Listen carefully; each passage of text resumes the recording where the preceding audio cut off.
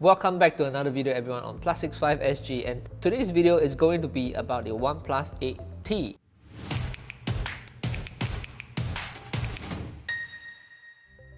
So the OnePlus 8 Pro and the OnePlus 8T. The 8 Pro is the high-end flagship model that I actually used earlier last year, and the 8T is the mid-range smartphone champion for OnePlus. So now let's take a look at it. The OnePlus 8T is actually, by the looks of it, in every way a flagship device. Even if you look at the hardware, the design, even downright to the color, it is flagship. So what's the difference actually between the 8 Pro and the 8T? So the 8T actually middle space. I wouldn't say that it's on a lower end than the 8 Pro. I wouldn't say that it's better than the 8 Pro as well. So I would just like to say that it's a updated, different version of the OnePlus 8. So first, it's the screen. So the panel might not be as good as the 8 Pro, but it does come in 120Hz refresh rate and a flat screen instead of a slightly curved one like the 8 Pro. I personally prefer flat screens because I've used several rounded edge phones and I just find it pretty much of a hassle. I don't think that they look more premium or anything. It gets in my way, and that's one particular thing that really irks me, is that when I'm on the Instagram story and I want to adjust my brush size, somehow adjusting it on a curved edge screen is just pretty annoying. Sometimes I just can't do it at all. But while comparing two screens, I would say that the 8T is not too far off from the 8 Pro. It's just slightly lower quality.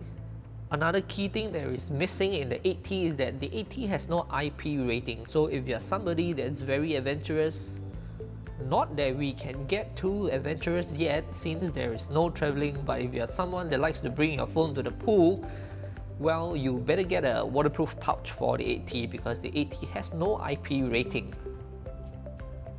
Again, not that important to me. So, camera. I've used the 8 Pro and the 8T. I don't find much of a difference for me when it comes to my experience of taking photos using both phones, just that for the 8T I fell in love with one of the preset filters that comes with the OnePlus phones. So talking about the camera, the only difference to me is perhaps the placement of the camera bump behind the phone. So this design of the OnePlus 8T seems to be a more regular design for smartphone device designed on 2020, but to me I actually prefer the traditional center camera bump design for OnePlus. I think that's what makes them stand out, and I wouldn't say I've much of a different experience using both phones' camera. I actually am pretty okay with the images that's produced by it, except for the 8T. I begin using their matte filter, so it's one of the photography filters that comes along with the phone. I actually like it a lot because it's less contrasty, and I think that the images really look, I just like to look at the images taken using the matte filter using this phone. So if there's one thing that I have to mention that really makes the difference using the 8T, would be the charging speed. Warp charge 65 watts. This is the fastest charging speed that OnePlus has come up till date. It is really fast. So I don't even try to charge my phone before I go to bed anymore because the charging speed is so ridiculously fast. So when I wake up the next morning, if I think that my phone needs a quick juice, I plug it into this charger, Warp charge 65 watts, incredibly fast. I go and get ready, I go and take a shower, I brush my teeth and everything, and I come back. My phone is pretty much ready for the day. So despite the improvement in the charging speed, the charging brick remains pretty much the same size.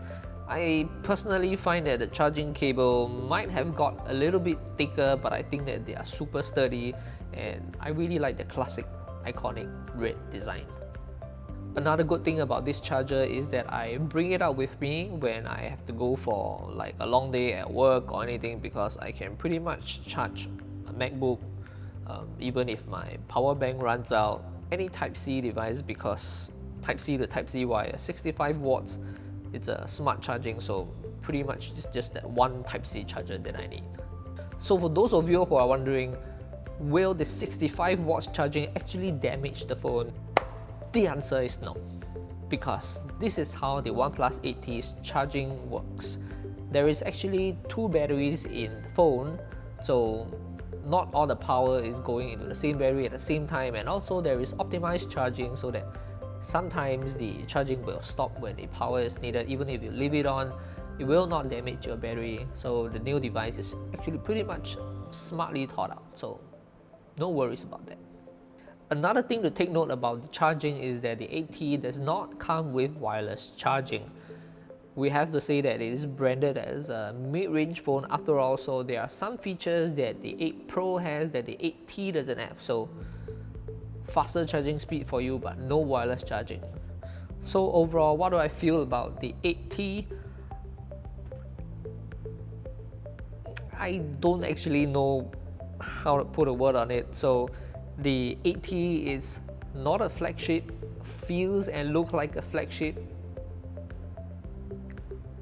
Too good to be a mid-range phone, not good enough to be a flagship phone. But if you are looking for a phone that is not too expensive, and I think fast charging is a really good thing to have, really useful on a daily basis. So I think that although I prefer the camera bump placement to be in the center, I think the OnePlus, it's a good buy. So for those of you who have gone into the new year and you're looking at the 8T to be your phone for 2021, you're good to go. And that's it for today's video. If you like this video, remember to like this video, share this video, and leave a comment down below on what do you think about the 8T, 8 Pro, or what other products you would like to see us do a review on our channel. And I'll see you in the next video.